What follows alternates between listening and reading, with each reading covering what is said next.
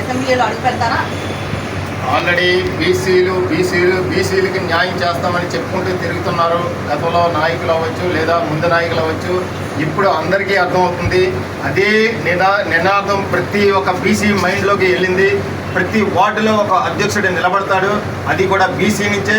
ప్రతి వార్డులో కూడా ఒక బీసీ నాయకుడు గెలిచిదే. బీసీ నాయకుల తాలూకా సత్తా అనేది త్వరలో చాటబోతున్నారని తెలియజేస్తున్నాను.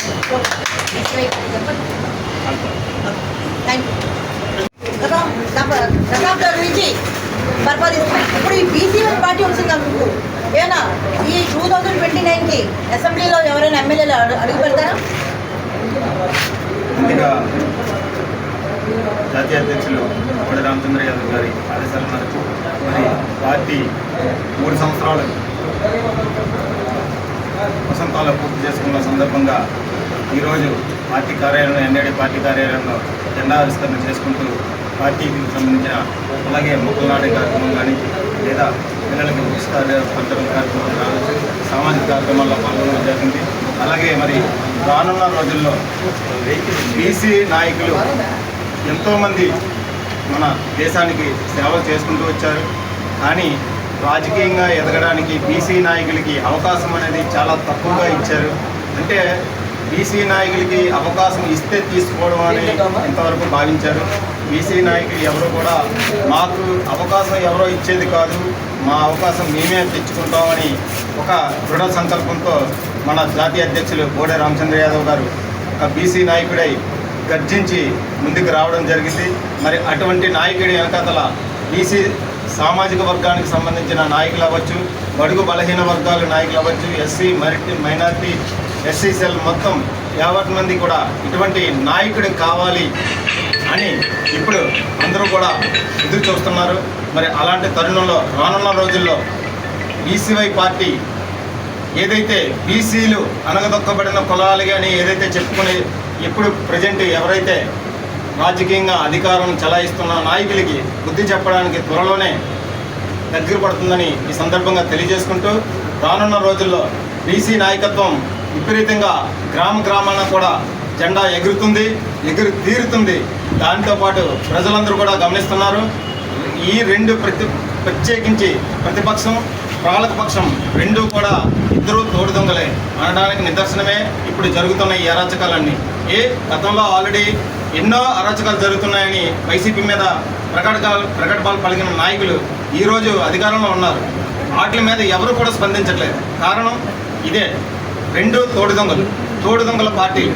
అంటే ఇలాంటి పార్టీలతో మనం మమేకమైతే మన జీవితాల్ని, మన జనరేషన్ నెక్స్ట్ భావితరాల వాళ్ళకి మనం ఇంకా దీనమైన స్థితిని ఏర్పాటు చేయడం జరుగుతుంది వీళ్ళు. కానీ ఈ బీసీవై పార్టీ దీన్ని అణగదొక్కాలి, బీసీలకి న్యాయం జరగాలి. ప్రజలకు అన్యాయం జరిగితే ఎక్కడైతే అన్యాయం జరుగుతుందో అక్కడ బీసీవై పార్టీ నిలబడుతుంది. అలాగే 50 మంది ప్రజానికానికి బీసీవై పార్టీ అండగా ఉంటూ ఈ బీసీలకి దన్నుగా నిలబడతాదని మేము 100% న్యాయం చేస్తారని కూడా మేము నమ్ముతున్నాం. ఈరోజు ఒక శుభదినంగా ఇంకొక దగ్గరికి దీన్ని తీసుకోవచ్చు. గత 3 సంవత్సరాల క్రితం ఆంధ్రప్రదేశ్లో భారత చైతన్య యువజన పార్టీ ఆవిర్భావం జరిగింది.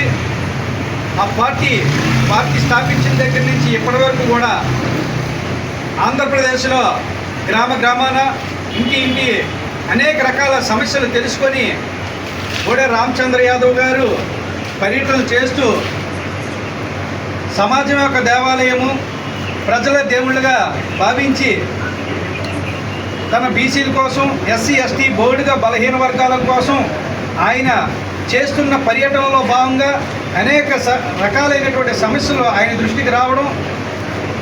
ఏ రోజైతే ఒక బీసీ నాయకుడు ఈ రాష్ట్రానికి ముఖ్యమంత్రి అవుతాడో ఆ రోజు నిజమైనటువంటి బీసీలకి స్వతంత్రం వచ్చే విధంగా ఈరోజు బీసీ సోదరులు కానీ, ఎస్సీ ఎస్టీ బడుగు బలహీన వర్గాల మైనారిటీలందరూ కూడా బీసీల రాజ్యాధికారం కోసం ఎదురు చూస్తున్న తరుణంలో కోడి రామచంద్ర యాదవ్ గారు అహర్నిశలు కష్టపడుతూ సమాజం కోసం ఆయన చేస్తున్న త్యాగాలు చెప్పలేని విధంగా ఆంధ్రప్రదేశ్ రాష్ట్రంలో అందరూ చూస్తున్నారు.